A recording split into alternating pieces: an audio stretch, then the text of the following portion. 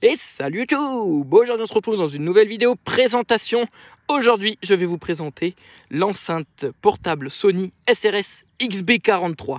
Allez c'est parti. Alors comme dit c'est une enceinte Bluetooth.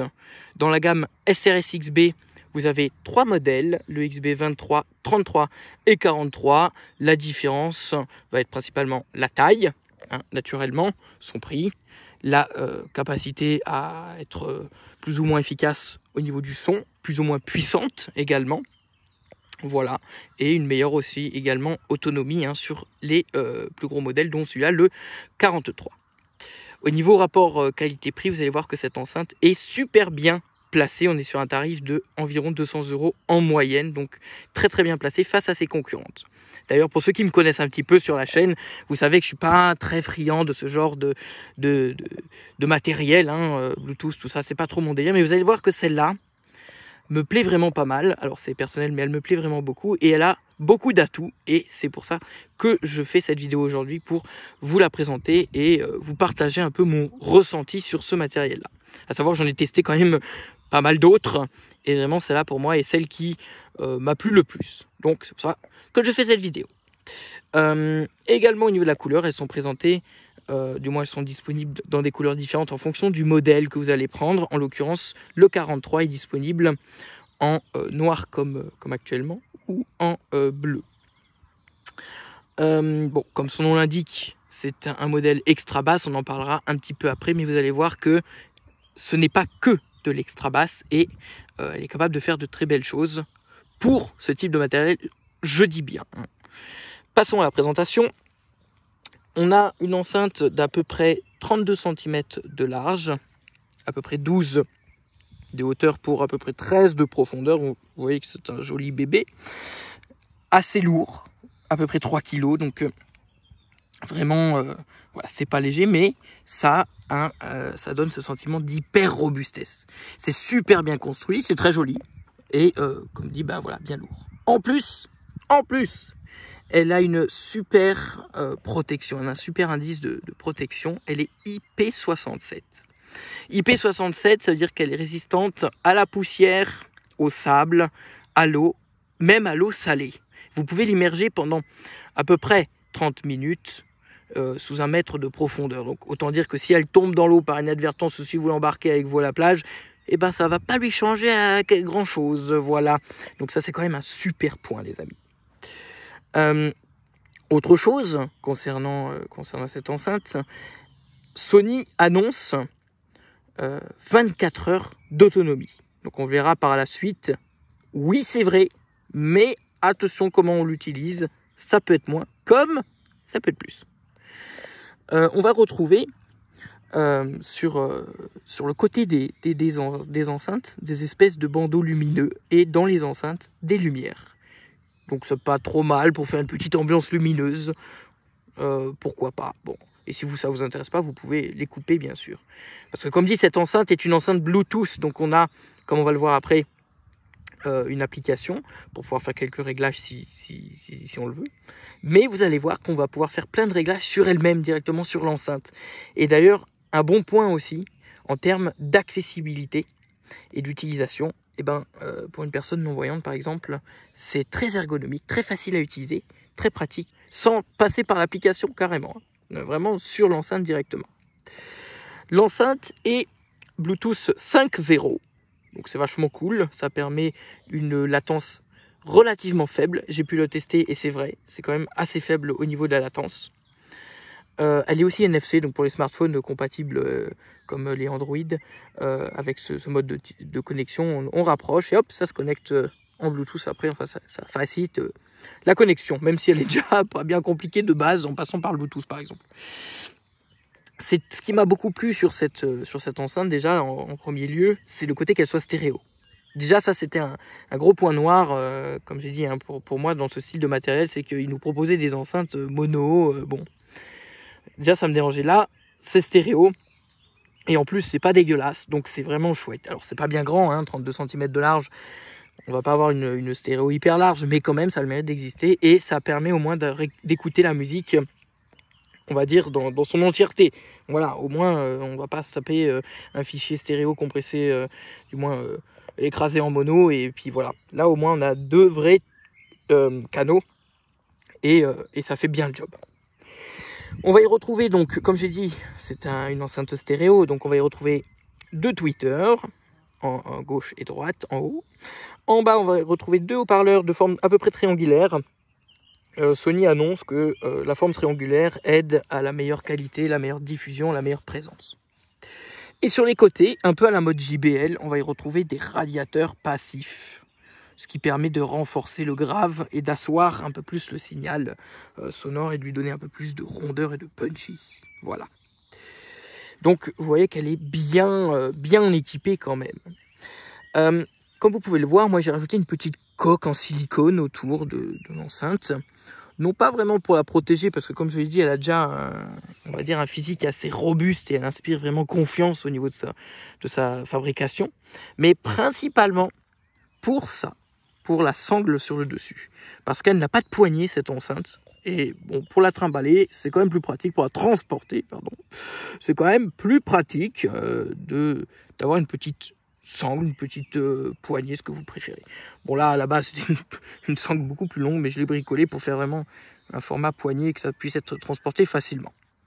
Donc voilà, comment pallier un petit manque, on va dire. Et puis bon, la petite coque en silicone amortit un peu plus, vous voyez, quand je la pose comme ça, tac. Bon, là c'est de l'herbe, encore ça va, mais ça permet de la protéger encore plus. Bon, je sais pas si c'est utile, mais voilà. Concernant les boutons, on va y retrouver sur le dessus. Voilà, on va y retrouver plusieurs boutons qui sont vachement chouettes. Et surtout en termes d'accessibilité, hein, facile à toucher, à repérer. Donc ça, c'est quand même encore un plus hein, sur cette enceinte. On peut tout piloter. Une grosse majorité de tous ces réglages, on peut tout faire depuis l'enceinte. Et en plus, en totale autonomie, c'est génial. Le bouton à gauche permet de l'allumer. Le bouton juste à droite permet de lancer un appairage Bluetooth.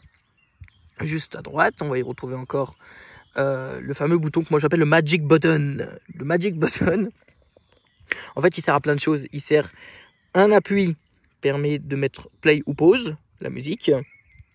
Un double appui permet de passer au morceau suivant. Triple appui, morceau précédent. Et si on reste appuyé, on peut invoquer votre assistant vocal personnel préféré. Parce que oui, cette enceinte est munie d'un micro intégré. Qui, on peut le dire, fait le job. Il n'est pas extraordinaire ce micro, mais il est très correct pour pouvoir passer un appel, parler à Siri, envoyer un message vocal par exemple. C'est très très correct. Donc en restant appuyé, on appelle, bon en l'occurrence dans mon cas Siri, et j'ai fait le test, ça marche très bien. À droite, on va avoir les boutons de volume, moins et plus. Et à droite, on va retrouver un bouton qui s'appelle Live. Bon, je vous en parlerai un petit peu après. Quand on retourne l'enceinte, voilà, hein, comme vous l'avez bien compris maintenant, hein, la vocation à être un peu baroudeuse, la petite là.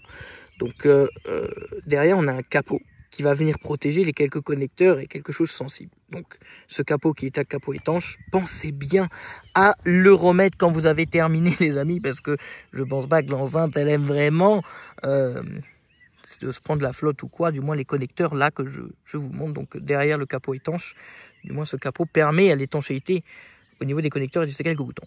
Donc les connecteurs, qu'est-ce qu'on y retrouve?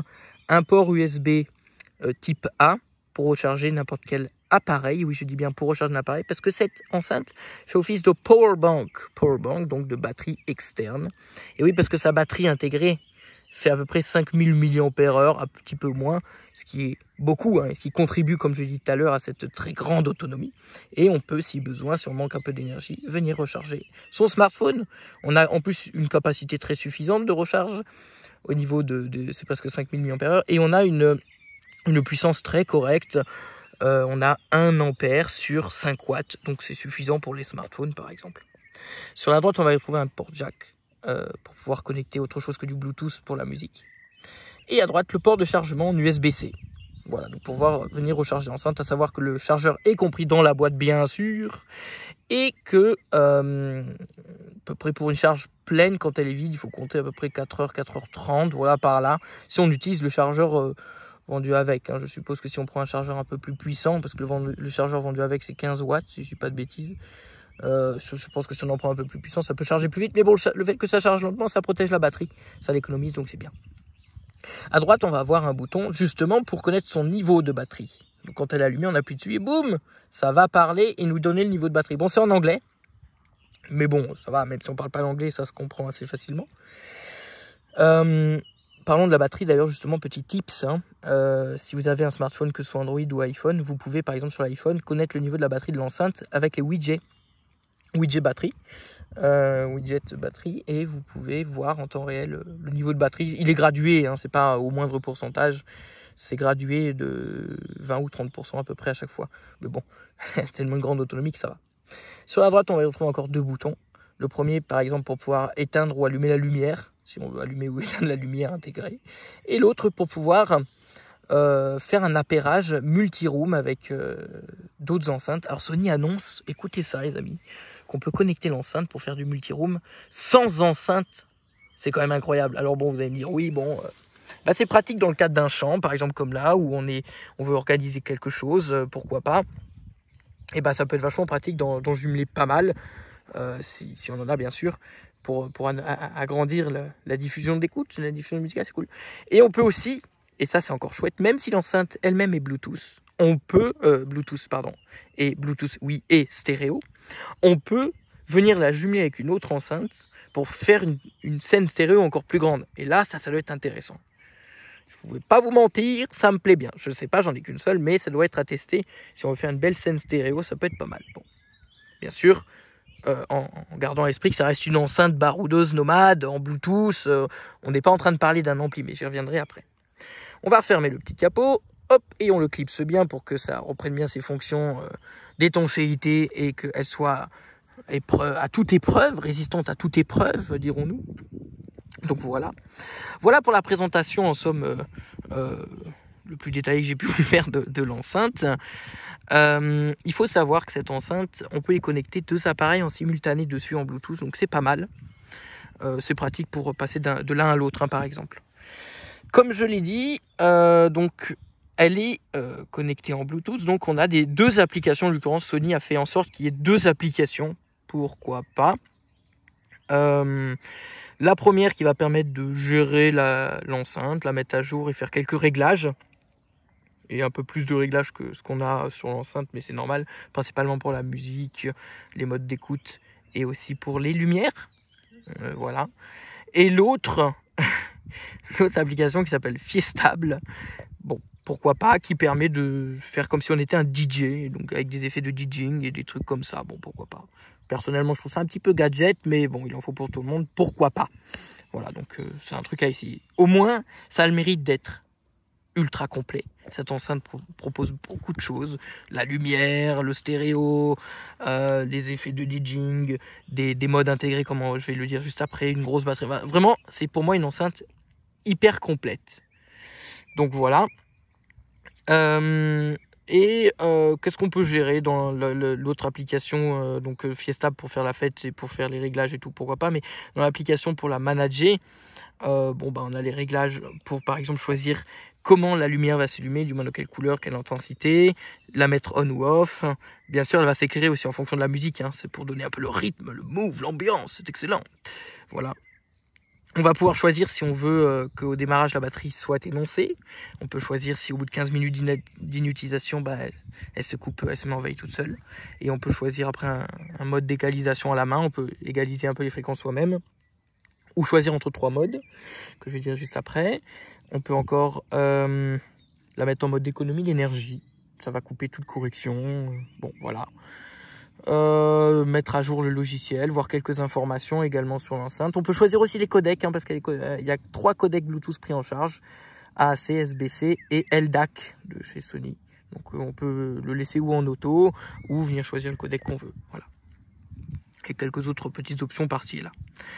Concernant, je le disais, les modes, hop là, le fameux bouton qui est ici tout à droite, on peut basculer dans 3 modes. Comme je l'ai dit, cette enceinte, elle s'appelle XB, comme extra basse. Et ça, chez Sony, ils savent faire de l'extra basse. On connaît bien chez Sony l'extra basse. Alors, comment vous dire? L'extra basse, c'est, sans entrer dans le détail, je vous détaillerai plutôt ça après, renforcer l'infragrave, enfin du moins le grave, parce que l'infragrave va pas baisser non plus, mais le grave et le côté percussif, sans détériorer la qualité sans rendre quelque chose qui soit boomy, soit inécoutable.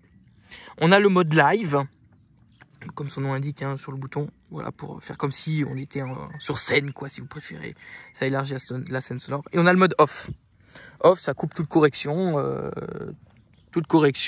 du son, tout ça, ça le met vraiment en brut. Voilà. Il faut savoir que les 24 heures d'autonomie, on les atteint comme ça, en coupant la lumière et en mettant le mode off. On peut même avoir 25 heures d'autonomie. Par contre, si on met sans la lumière le mode extra basse, c'est un volume à peu près 40%, on peut avoir 17-18 heures de batterie. Ce qui est toujours énorme. Hein. Si en mode on met la lumière, on descend encore de 2-3 heures. Et après, voilà. Si on met le volume de plus en plus fort également, on va baisser un peu. Alors, concernant mon avis maintenant sur la qualité de ce produit et sur les modes. Donc déjà, en termes de qualité, moi ce que je peux vous dire avec mon propre avis, hein, c'est personnel, mais bon, en même temps c'est moi qui vous fais la vidéo, donc voilà. Ce que je peux vous dire, on est d'accord, on n'est pas sur un ampli hi-fi, on n'est pas sur quelque chose qui a vocation à faire de l'écoute hi-res ou tout ce que vous souhaitez.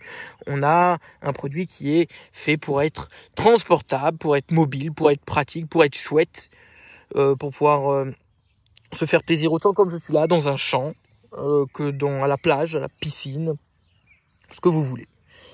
Donc déjà, il faut garder ça à l'esprit. Ensuite, en termes de qualité sonore, moi je trouve ça, pour du Bluetooth, je trouve ça très bien. C'est très correct. En termes de restitution, c'est propre, c'est très propre. C'est du Sony, hein, ça rigole pas chez Sony, mais on est aussi sur le haut de gamme quand même de cette gamme-là, donc ça va. Mais c'est très propre, c'est très contenu, les aigus sont très beaux. Là, je vais parler vraiment en mode standard, en mode off, tout coupé. Alors neutre, j'aime pas ce mot-là, parce que déjà, on est sur du Bluetooth, donc c'est pas trop neutre, parce que c'est déjà compressé, et c'est déjà, voilà. Mais c'est très propre, une restitution assez fidèle, une stéréo qui est pas très large, mais qui a le mérite d'exister, qui est là, et qui permet, comme j'ai dit tout à l'heure, d'avoir un fichier restitué, si c'est un fichier stéréo, correctement. Voilà. Il n'y a pas de proéminence trop au niveau des bandes de fréquences. C'est équilibré, c'est correct. La puissance est en somme aussi très correcte. Naturellement, c'est très puissant. Hein. Moi, personnellement... 50% du volume me suffit. Après, ça dépend de son utilisation, où est-ce qu'on se trouve, si on est en extérieur ou en intérieur, et qu'est-ce qu'on cherche aussi, si c'est faire juste du boom boom ou si c'est écouter la musique tranquillement. Voilà. Je ne l'ai pas essayé, bien sûr, hein. Je me l'ai avec 2 enceintes, j'en ai pas d'autres, mais apparemment ça marche très bien. Autant le mode stéréo que le mode multi-room, on peut en mettre 100. Voilà. Le mode extra basse, moi j'utilise aussi beaucoup en extra basse, parce que bon, c'est un peu vocation quand même, cette enceinte, voilà. Et ben là, c'est aussi très contrôlé. Alors moi, j'aime beaucoup Sony pour ça, c'est qu'ils savent le faire, l'extra basse. Pas comme d'autres constructeurs où on nous propose des extra basses et en fait, c'est un peu boum boum et c'est tout. Là, Sony sait bien le faire, c'est bien contrôlé, c'est bien maîtrisé, c'est puissant, c'est surprenant. C'est surprenant ce qui sort de ces appareils, les amis. De cette, bon, c'est quand même costaud, comme vous le voyez, c'est gros, c'est gros. Pas tant que ça non plus, mais c'est fat, c'est imposant. Et pourtant, je trouve que c'est puissant, ça bave pas trop, les basses bavent pas trop. Pourquoi j'ai pas trop? Parce que forcément, j'ai quand même essayé de la pousser très fort. Et quand on la pousse un peu trop fort, là, on perd un petit peu en détail dans les basses. Mais bon, quand on passe ce 90%, 85%, là, on commence. Mais croyez-moi que c'est déjà très fort le volume. Et, enfin, pour moi, c'est pas grave. Mais par contre, quand on reste sur un volume entre 5-10% et 60, 70, 75%, bah, c'est très bien géré. La dynamique est très propre. C'est surprenant. Je suis épaté par la dynamique que cette petite enceinte peut donner. La puissance du grave, la puissance du bas qui est soutenu, du détail aussi, il y a du détail, c'est surprenant aussi. Donc franchement, comme je vous l'ai dit tout à l'heure, en rapport qualité-prix, top. La stéréo, elle se déforme, enfin on la perd quand on se tourne un peu. Si je me mets comme ça face à l'enceinte, on n'est plus vraiment en face. Donc là, on perdra un peu on perdra la stéréo, clairement. C'est pas très large, donc on peut pas non plus avoir. Mais si on est en face, on a une belle projection sonore. Pour la grandeur de l'enceinte, c'est surprenant parce qu'on arrive à avoir une belle projection sonore. Donc pour les musiques qui vont bien, moi effectivement, je trouve que le mode extra basse il va bien. Mais même, je me surprends à écouter autant du hip-hop que de l'électro, que du rock. Avec ce mode extra basse, parce que je trouve que Sony sait bien le faire et c'est la signature un peu de cette enceinte, et moi j'aime bien cette signature, même si des fois j'aime bien repasser en mode neutre pour par exemple du classique ou autre. Bon, Mais comme je l'ai dit, après, je ne cherche pas à avoir de la très haute qualité. Quand c'est ça, j'ai ce qu'il me faut dans mon studio. Voilà, moi le but c'est voilà, je suis posé là, il y a les oiseaux, il y a tout ce que vous voulez. J'ai envie d'écouter de la musique de bonne qualité, bah voilà. Donc on peut mettre plus ou moins de basse. Et après, je suis pas là à chercher, à chipoter sur les fréquences, sur les trucs. Et d'ailleurs, elle a pas une seule seconde, Sony va s'en vanter de ça. C'est pas du tout le but. Voilà. Le mode live, je l'ai gardé pour la fin, le nul pour la fin. Moi, je trouve que ça n'a pas grand intérêt. Enfin, voilà. Chacun aime. Le mode live, il est là pour élargir plus sa scène sonore et rendre un peu plus brillant, un peu comme si on était en live. Moi, personnellement, je trouve pas ça très intéressant. Je trouve que ça déforme trop le spectre, que ça casse un peu la dynamique. Pour le coup, c'est surprenant. Voilà, personnellement, j'aime pas trop. Ça a le mérite d'exister. Certainement, ça peut vous plaire, les amis. Hein, il en faut pour tout le monde. Hein, je le redis. Moi, personnellement, ça m'a pas tant plu que ça. Voilà. J'ai pas testé de jouer avec ma propre équalisation parce que ça me convient très bien comme c'est. Franchement, ça me convient très bien comme c'est. Et ce qui me surprend d'autant plus, les amis, et je vais être honnête avec vous, c'est que moi j'ai acheté ça en me disant l'été arrive, je vais me poser là avec les copains, petit apéro, petit barbecue, hein, vous voyez ce que je veux dire. Et en fait, je me surprends à l'utiliser un peu plus. Alors, je sais pas comment ça veut dire que je vais remplacer mon système, pas du tout, c'est pas ça le but, mais par contre, je me surprends à mon petit déj, je la prends, je la mets dans la cuisine et hop. Bon, oui, j'ai pas d'HomePod dans la cuisine, bon voilà, mais j'aime bien la prendre, voilà, c'est sympa. Quand là, je suis parti me promener. Oui, j'avais la vidéo à faire, mais bien sûr, ça je déteste aller déranger les gens en étant à la musique et tout, mais quand t'es dans ton coin tout seul, tranquille. Bon, j'aime pas écouter la musique fort, donc je sais que je vais pas forcément déranger, mais j'aime bien l'avoir. C'est pratique, c'est sympa, donc voilà. Et puis quand on est dehors avec les copains, avec la famille, voilà, un petit apéro tranquille. Voilà, donc je me surprends quand même à l'utiliser plus que ce que je pensais. Et c'est chouette. Et franchement, c'est chouette. Je trouve que elle remplit sa fonction, personnellement. Je trouve qu'elle est à sa place. Voilà, elle n'a pas vocation à venir remplacer personnellement mon ampli. Elle n'a pas vocation à venir être en écoute principale, etc. Elle a vraiment vocation à être là quand mon ampli ne peut pas être là. Et quand ça sert à rien, je veux dire, quand on n'est pas là pour écouter en 24 bits 192 une pièce de classique ou un morceau électro, etc. Et puis il faut la pièce d'écoute, il faut tout ça. Voilà, là on s'en fout, c'est pas le but. Le but c'est d'avoir un petit fond sonore, voire un puissant son, parce que elle est capable d'être très puissante. Hein. Croyez-moi qu'en fonction de l'endroit où vous êtes, ça peut être très très puissant. C'est surprenant comme ça peut être puissant. Hein. Voilà. Et comme je l'ai dit, en fonction de l'endroit où vous êtes. En extérieur, c'est tout aussi puissant que même en intérieur. Si vous avez par exemple des murs un peu sous pente et autres, là, vous vous rendez compte de la puissance que ça peut aussi avoir. Donc voilà, très sympa cet outil. Et je tenais à vous le présenter parce que je me suis dit, pour ceux qui me connaissent, je vous en ai jamais présenté jusque-là parce que personnellement, j'aime pas le mono. Enfin, j'aime pas. Déjà, j'ai du mal avec le Bluetooth, j'ai du mal avec le côté où on nous vend des enceintes mono et qu'on a eu déjà du mal à se battre pour avoir la stéréo. Enfin, ça a été des longs pour avoir de la stéréo il y a plusieurs années. Maintenant, pour moi, c'est un peu un retour en arrière. Et là, je trouve que ils arrivent à faire quelque chose de plutôt bien fait, de plutôt efficace, de plutôt chouette. Donc, franchement, moi, je dis bravo Sony. Et en plus, le placement tarifaire est très bon. Donc voilà. Pour avoir pu tester, par exemple, sa concurrente CJBL, chez UE, Boom, par exemple, et d'autres. Bon, c'est des chouettes produits, mais qui personnellement, moi, m'intéressaient pas plus que ça. Enfin, voilà. Voilà les amis, je pense avoir dit le plus possible sur cet appareil. J'espère que cela vous aura plu. J'espère que cette vidéo vous aura plu. Si vous avez des questions, toute autre interrogation, n'hésitez pas à me le faire savoir en suggestion. N'hésitez pas à me suivre sur tous mes réseaux de syndication au nom de la chaîne de Luc. Et également à me suivre sur la chaîne YouTube, à me poser des questions si vous en avez. Et puis je pense avoir tout dit sur... je vais peut-être pas préciser, donc j'ai dit tout à l'heure Fiestable pour l'application DJing, pourquoi pas, et Music Center pour l'application, pour la manager au niveau des lumières, du son, des réglages, de son système et tout ça qui va bien.